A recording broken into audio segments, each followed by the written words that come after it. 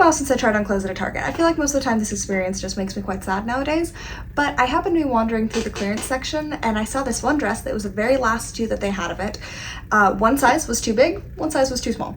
It was stretchy fabric, so I tried on the too small one just out of curiosity, and it almost worked except for the fact that my hips made it scandalously short. Thing is, I'm going to a concert on Friday and I really liked this dress, so naturally I bought some stretch lace and we're gonna make it. Oh, and bonus points for me. I spent $9 on this fabric, the trim, and a little applique thing that we might put on it, and the dress was on clearance for $22, so we're winning.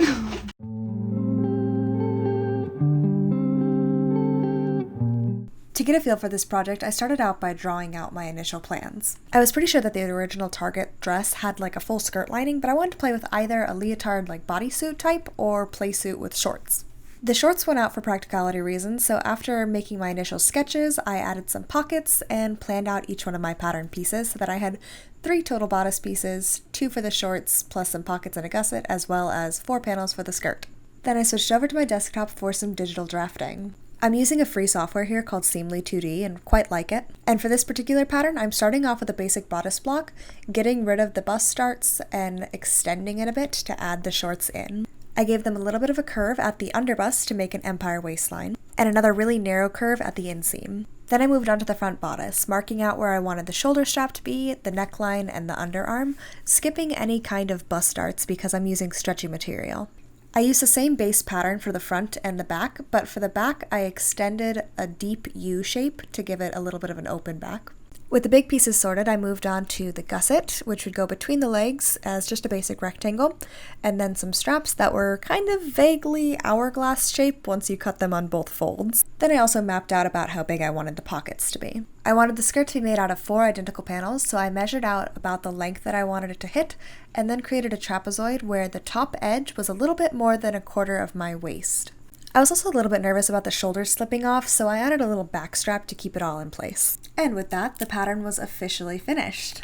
That took a lot more brain energy than I planned, but after a double shot of espresso, I was ready to get this pattern assembled. Ooh, I feel like I sounded so chipper there, but it's actually 10:55 p.m. right now doing this voiceover, so we're thriving. It's great.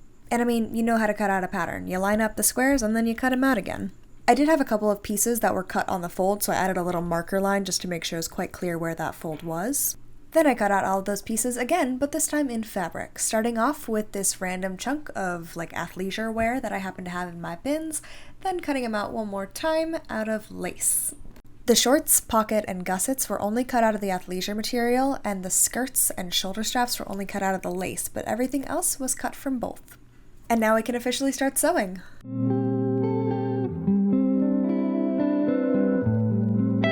Let's be honest, hemming stretchy material sucks, which is why it was great that this lace had a live edge. I think that's what it's called?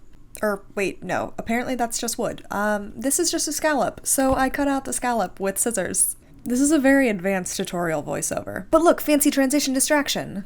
I pinned and sewed all of my long edges on the skirts together, then used my serger to secure all of those edges inside the nice seam. With the skirt now closed, the last step that we can assemble in advance is adding some extra little trim. I cut a length of trim that was a little over double the circumference of my hem, then used my widest stitch to baste the entire length.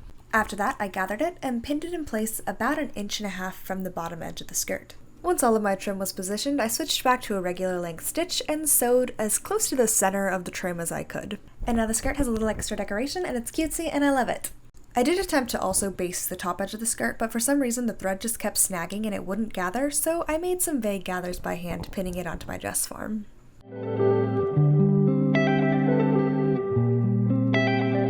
After that abrupt transition, there's a nicer one. I pinned my front and back short panels together along the side seams, leaving the inner seam open. Then I skipped the sewing machine altogether and went straight for the serger, ensuring that these would have a good bit of stretch to them in the end. If you don't have a serger, you can use a zigzag stitch or a triple stitch. To prevent these shorts from behaving a bit like a scandalous skirt, the next step was to add the gusset. I pinned the rectangle in place along the inseam on the front half of my shorts, serged it in place. Then I pinned the remaining long edge of the gusset to the back of the shorts and repeated the process. Oh, and I also serged the hem around each of the leg holes. And now it's time for pockets.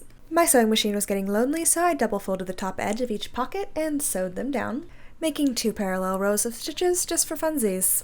A word I don't say when it's not 11:30. And now that the pockets are looking nice and clean, it's time to pin them to the shorts. I folded said shorts in half to mark the same height on each side, then folded my pocket in half to get the center mark. I lined up the center mark on the pocket with the side seam on the shorts, and then folded in about half an inch all the way around the pocket, sealing in all of those raw edges as easily and efficiently as possible. Slightly less easy, though, was sewing them on now that the shorts were fully assembled. This was a pain. Lots of up and down on the presser foot. If you skip the side seams and only make these have a center seam up the front and back, the pockets are a little bit easier to sew on, speaking from experience, because you can do those in advance when they're still flat, but this was also perfectly manageable. And now we have some super comfy stretchy shorts.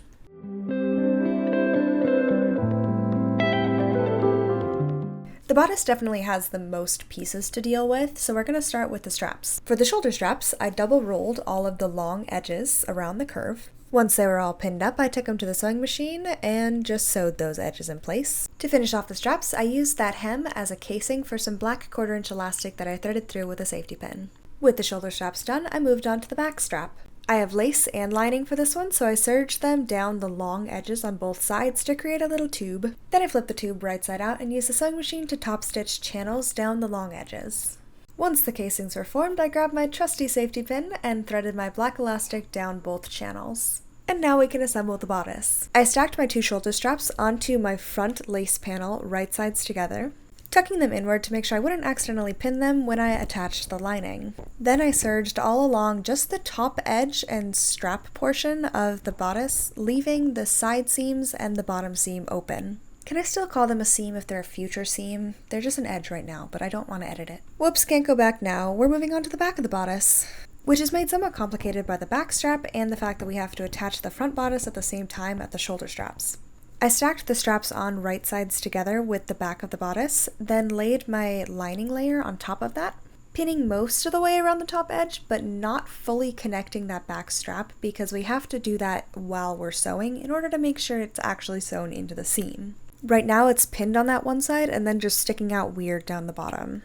Starting on the side that was already pinned, I serged about half of this top edge. Then I stopped and pulled the strap down and inside the top until it was all the way around to the other end, and finished the serging. After that fairly confusing process, it was time to add some happy little frills. I measured the length of my top edge and then cut about double that in my trim, repeating the same thing we did on the skirt, starting with gathering the trim and then pinning it along the edge, and then ultimately sewing it in place. I did this with the front and the back separately and only attached the trim to my lace layer so that it wouldn't affect the overall stretch of the top. The colors look hilariously mixed-matched on camera, but I swear in person you cannot tell. To attach the side seams, I opened them up so that lining was next to lining and lace was next to lace. I pinned them together and then serged down the edge. This dress playsuit thing is almost done, so now we need to assemble.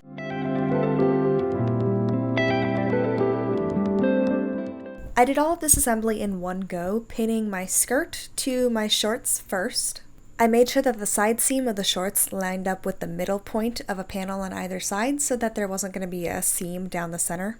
Then added the bodice to the pinning mix, matching up at the side seams. Was my serger happy to sew through 4 layers? I don't know, but it did get the job done, so we're okay.